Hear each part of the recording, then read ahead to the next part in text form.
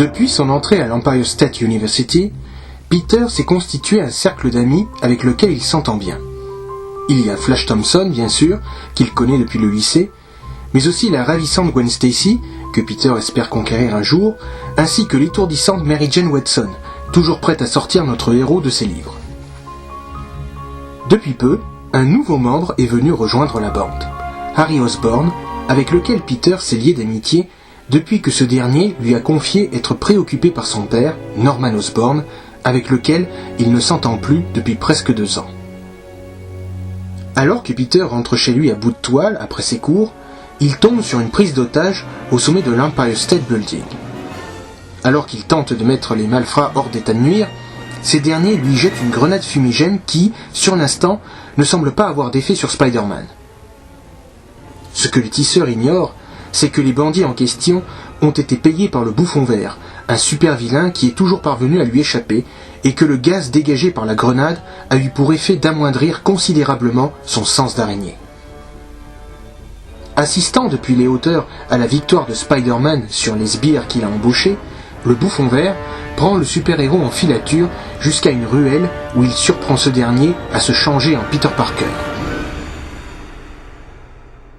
Peter rentre alors chez lui, ne se doutant pas que son plus machiavélique adversaire le suit de loin. Alors qu'il arrive sur le perron de sa maison à Forest Hills, une voix grinçante se fait entendre. Le Bouffon Vert apparaît alors, prêt à en découdre. Peter est pris au dépourvu par son adversaire qui profite de la situation pour lui lancer tous les gadgets que regorge son sac à malice. Battu, Peter est ligoté par le Bouffon Vert qui l'emmène dans son repère.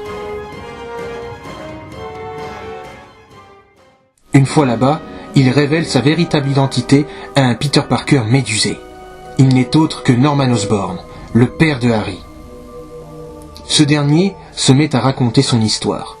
2 ans plus tôt, Norman Osborn, homme d'affaires impitoyable, découvrit un jour que Medenstrom, son associé et brillant chimiste, détournait de l'argent d'Oscorp. Voyant là l'occasion de devenir l'actionnaire majoritaire de son entreprise, il dénonça Strom aux autorités, qui fut mis derrière les barreaux. Peu de temps après, en fouillant dans les affaires du chimiste, Osborn découvrit une curieuse formule qu'il s'empressa de tester. Le résultat fut explosif. Après plusieurs mois passés à l'hôpital, Norman rentra chez lui. Mais le sérum l'avait changé. Outre une force décuplée, son cerveau avait aussi subi de sérieux dommages. Persuadé de pouvoir devenir le maître de la pègre new-yorkaise, Norman se constitua tout un attirail pour parvenir à ses fins, et devint ainsi le Bouffon Vert. Il ne lui restait plus qu'à éliminer Spider-Man, dont la mort lui ouvrirait, selon lui, les portes du pouvoir. Malheureusement pour le Bouffon, Spider-Man ne se montra guère coopératif.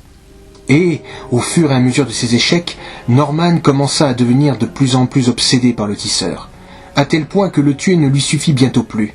Il fallait qu'il l'humilie, qu'il expose sa véritable identité aux yeux de tous, afin de prouver sa supériorité. Peter, toujours ligoté, comprend alors quel est le plus gros point faible de Norman, son orgueil. Il provoque alors Osborn, lui arguant que s'il veut prouver sa supériorité, il faut qu'il le combatte de nouveau, mais cette fois-ci à la loyale. D'abord hésitant, le Bouffon finit par abonder dans le sens de Peter et le libère. Le combat qui s'ensuit est d'une brutalité indescriptible. Le Bouffon Vert use de tous ses gadgets contre Spidey qui, même s'il est parvenu à détruire la planche de son ennemi, hésite à porter un coup décisif. Car Norman, bien qu'il soit le Bouffon Vert, est aussi un homme malade, ainsi que le père de son meilleur ami. Pourtant, face à la violence de son opposant, Spider-Man n'a bientôt plus d'autre choix que de riposter. Emporté par son élan, le Bouffon s'écroule dans une flaque de produits chimiques électrifiés par un fil dénudé. Le choc est si rude que Peter craint d'avoir tué Norman Osborn. Pourtant, ce dernier reprend conscience, mais il ne reconnaît pas Spider-Man.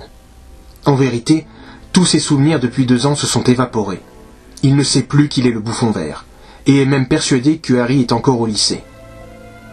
Se refusant à livrer un homme qui n'a plus de souvenir de ses crimes à la justice, Peter fait revêtir ses habits civils à Osborn, brûle l'accoutrement du Bouffon Vert et confie l'homme d'affaires aux pompiers venus éteindre l'incendie causé par le combat.